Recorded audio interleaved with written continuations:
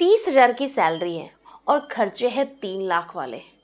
Family का pressure, घर के खर्चे, सेविंग्स, शादी, और फिर लगता है कि अपनी लाइफ स्टार्ट कब होगी। जितनी सैलरी आती है सारी की सारी ख़त्म हो जाती है।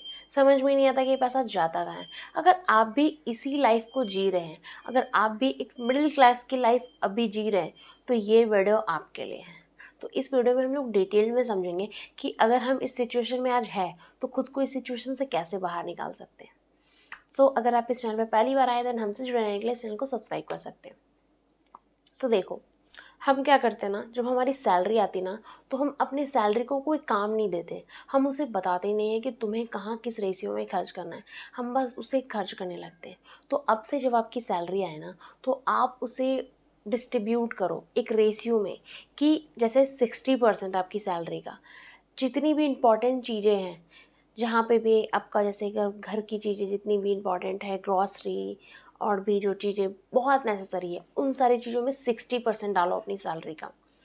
20% का आप करो अपनी पर्सनल लाइफ में एक्सपेंसेस। जो भी आपको कुछ ख़रीदना है, कोई ड्रेस ख़रीदना है या कहीं पे वेकेशन पे जाना है या कुछ भी, जो चीज़ें आप अपनी शौक मौज के लिए करना चाहते हो, उसके लिए आप अपनी सैलरी का 20% निकालो। अपनी फैमिली पे स्पेंड करना चाहते हो, कहीं पे फैमिली के साथ जाकर रेस्टोरेंट में कहीं घूमना चाहते हो या कहीं पे भी जाना चाहते हो, तो उस 20% से आप स्पेंड करो अपनी सैलरी का। एंड जो रेस्ट 20% बच जा रहा है, उसको आप करो सेव या इन्वेस्ट फ्यूचर के पर्पस से। ठीक है, तो इस तरीके से आपने डिस्ट्रीब्यूट कर लिया।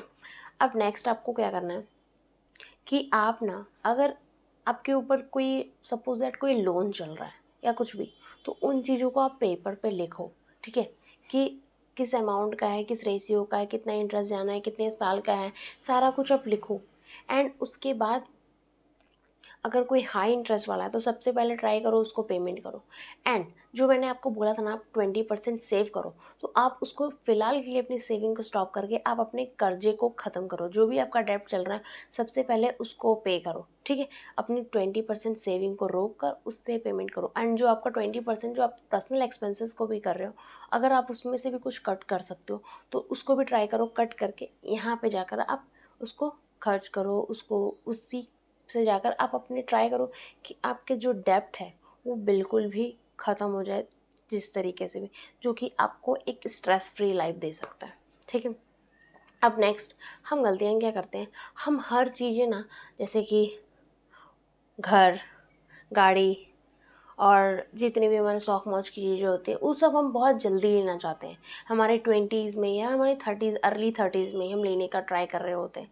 ठीक है, तो अगर अभी आप ट्राई करो कि पहले आप अपने फाइनेंसेस को सही करो। आप एक इमरजेंसी फंड बनाने का ट्राई करो, दैट अगर इन केस कोई फ्यूचर में इमरजेंसी आती है तो दैट आप उस पैसे को यूज़ कर सकते हो। आप बना सकते हो 6 महीने का या 12 महीने का अपने अकॉर्डिंग। तो वो इमरजेंसी फंड क्रिएट करो।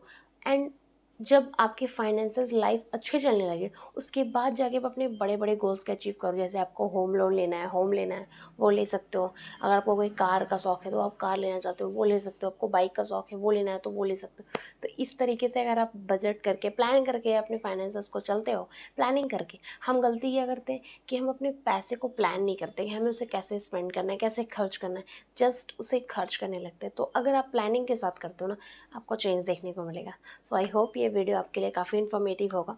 सो अपने चैनल पे ऐसे वीडियोस आप लोगों के लिए लेकर आते रहते हैं। सो हमसे जुड़ने के लिए इस चैनल को सब्सक्राइब कर लीजिए। एंड आपका क्या कुछ फीडबैक है वो चाहिए तो आप हमें कमेंट के थ्रू हमारे साथ शेयर कर सकते हैं। एंड आपका कमेंट पढ़कर मुझे लिटरली काफ़ी मोटिवेशन मिलता है।